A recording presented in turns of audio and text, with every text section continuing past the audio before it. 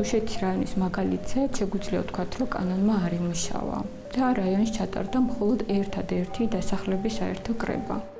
სირთულეა თვითონ მუნიციპალიტეტის საკრებულოს ხდომებსა და კომისიის ხდომებზე დასწრებად, რადგანაც სოფლებს შორის სატრანსპორტო კომუნიკაცია პრაქტიკულად არ არსებობს. რაც შეეხება პეტიციის წარდგენას, აქაც პრობლემები გვაქვს, რადგანაც მიგრაციის მაჩვენებელი რაიონში არის საკმაოდ მაღალი და პროცენტულად არ დაიწია ბარიერი, ვერ მოხერხდება პეტიციისთვის საჭირო რაოდენობის ხელმოწერების შეგროვება. რა ნაბიჯებია გადასადგმელი იმისათვის, რომ მოსახლეობა რეალურად ჩაერთოს თვითმმართველობის განხორციელების პროცესში, ან კიდევ არის თუ არა საჭიროდ ამ ფორმით საერთოდ კანონის არსებობა.